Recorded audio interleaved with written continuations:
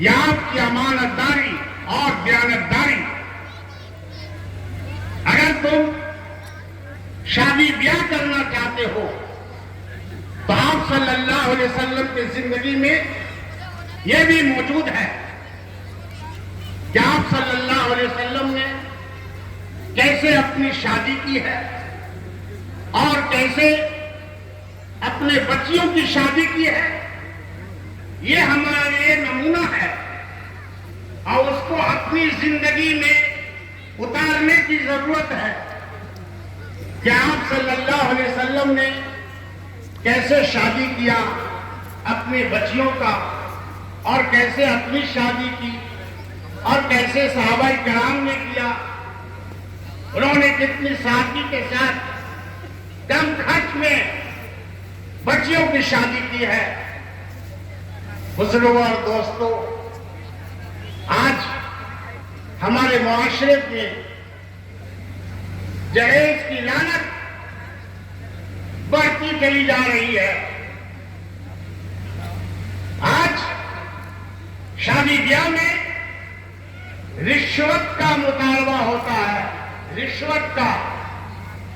سن لیجئے، کان کھول کر سن لیجئے. ہم حاجی بھی ہیں، نمازی بھی ہیں، عالم بھی ہیں، مولانا بھی ہیں، لیکن یہ بیماری ہمارے معاشرے سے ختم نہیں ہو رہا. آج بچے کی جب رشتہ آتا ہے، آپ کو ماحول کا معلوم ہے کہ ہمارے معاشرے میں کیا ہو رہا ہے. جب لڑکی والے رشتہ کے لیے آتے ہیں تو لڑکے والے کیا کرتے ہیں؟ دو چار دلال کو پہلے بیٹھا دیتے ہیں، ان کو لے آتے ہیں کہ ہم کیسے بات کریں گے، آپ ہی لوگ بات کیجئے گا. تو کوئی کہتا ہے زمانے کا خیال کیجئے، معاشرے کا خیال کیجئے. کوئی کہتا ہے کہ یہ لڑکا تو ہزاروں میں ایک ہے، ہزاروں میں ایک ہے. تو دوسرا کہتا ہے اس کو جو ہے یہ افاقی گاڑی پر بیٹھنے کا بڑا شوق ہے. افاقی گاڑی کا نام سنے ہیں؟ اپاچی گاڑی چاہیے انہیں. بزرگوں اور دوستوں، یہ ہم کہاں جا رہے ہیں اور ہمارا معاشرہ کہاں جا رہا ہے، اس کا جائزہ لیجئے. اور شادی بیاہ وہ ایک عبادت ہے.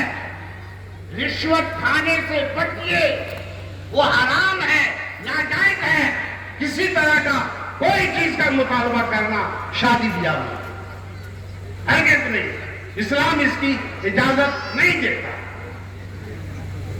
لیکن آج ہمارے معاشرے میں یہ بیماری بڑھتی چلی جا رہی ہے.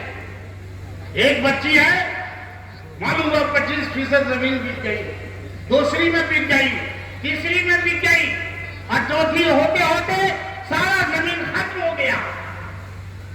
کیا اسلام اسی کا اجازت دیتا ہے؟ کیا اسلام یہی پیغام دیتا ہے؟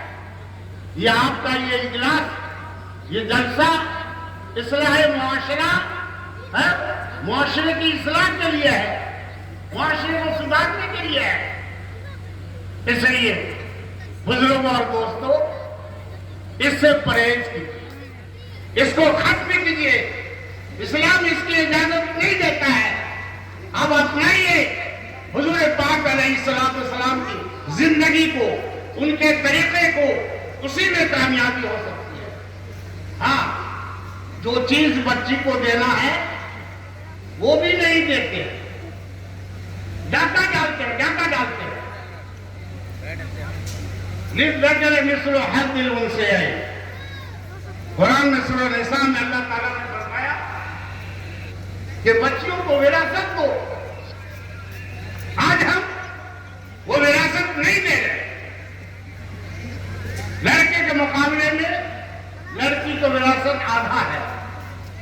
یعنی کوئی آدمی انتقال کیا اور ایک لڑکا کو چھوڑا اور ایک لڑکی کو چھوڑا، مال تقسیم ہوگا 3 جگہ، 2 حصہ لڑکے کو اور 1 حصہ لڑکی کو.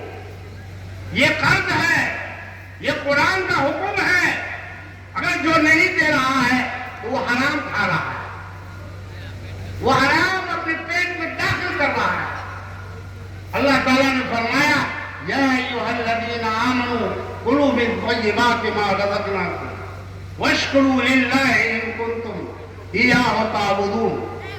بزرگوں اور دوستوں, حلال استعمال کریں, ہم حرام سے بچیں, اور بچوں کی جو وراثت ہے وہ دیجیے, دینا ضروری ہے.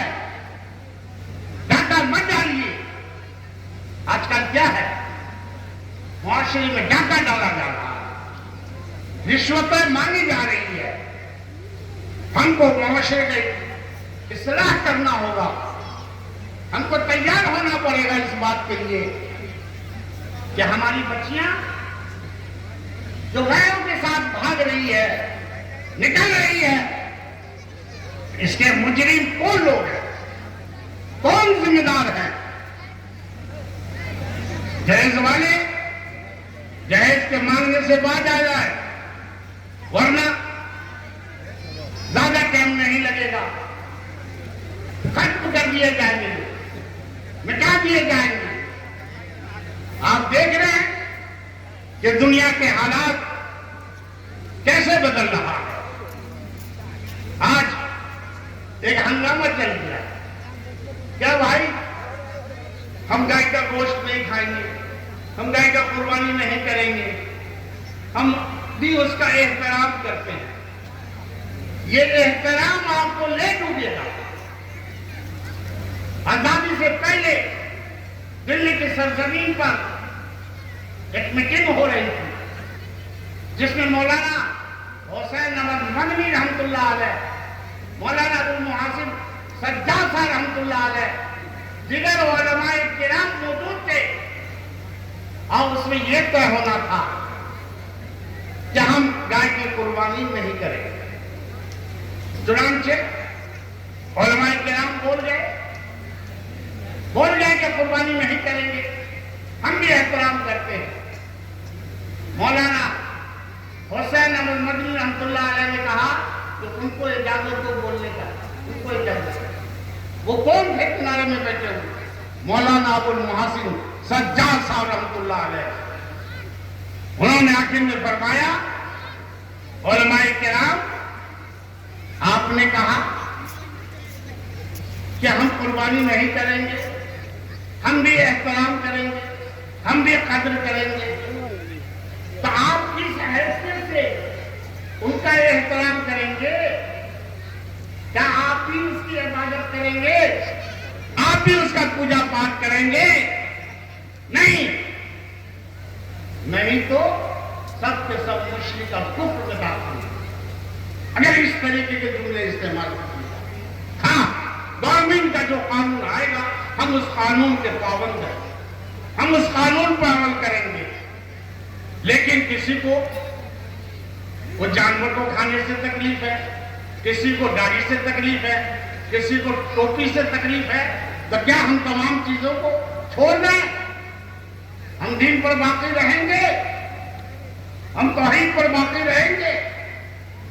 بزرگوں اور دوستوں, بات کرنے کی بہت ساری ہے, لیکن اجازت اتنی ہی ہے, ہم آگے نہیں بول سکتے. آپ لوگوں سے یہی کہوں گا کہ اپنی زندگی کو بدلیے, اپنے آپ کو اسلام کو لائیے, آپ صلی اللہ علیہ وسلم کی زندگی کو اپنائیے.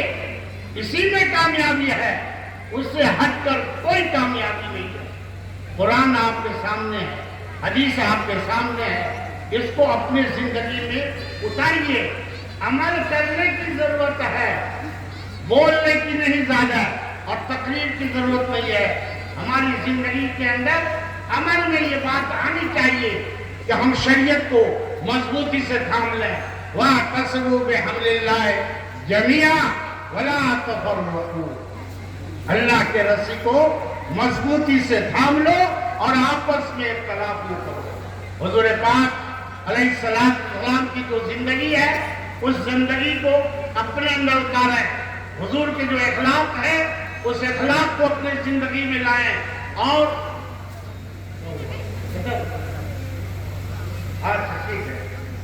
ٹھیک ہے الحمدللہ. تو ہمیں حضور پاک علیہ السلام کی زندگی کو اپنانے کی ضرورت ہے. سب کو، عالم ہے، علماء ہے، مفتی ہے، قاضی ہے، معتمم ہے، سب کو یہ ضروری ہے کہ آپ صلی اللہ علیہ وسلم کے زندگی کو اپناؤ. اور ہمارے معاشرے میں جو بیماری بڑھتے جا رہی ہے، جہیز کی لعنت اور رشوت، اس رشوت کو ختم کیا جائے. اگر ہم ختم نہیں کرتے ہیں تو ہم کامیاب نہیں ہیں. ہم جا رہے ہیں گڈھے کی طرف، ہماری زندگی جا رہی ہے بربادی کی طرف. اگر اپنے آپ کو بربادی سے بچانا ہے اور دین پر اپنے آپ کو لانا ہے تو آپ صلی اللہ علیہ وسلم کے بتائے ہوئے طریقے کو اور صحابہ کے طریقے کو اپنی زندگی میں اتاریے.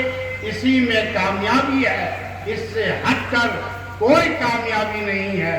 اللہ تعالی ہمیں اور تمام مسلمانوں کو صحیح دین پر چلنے کی توفیق عنایت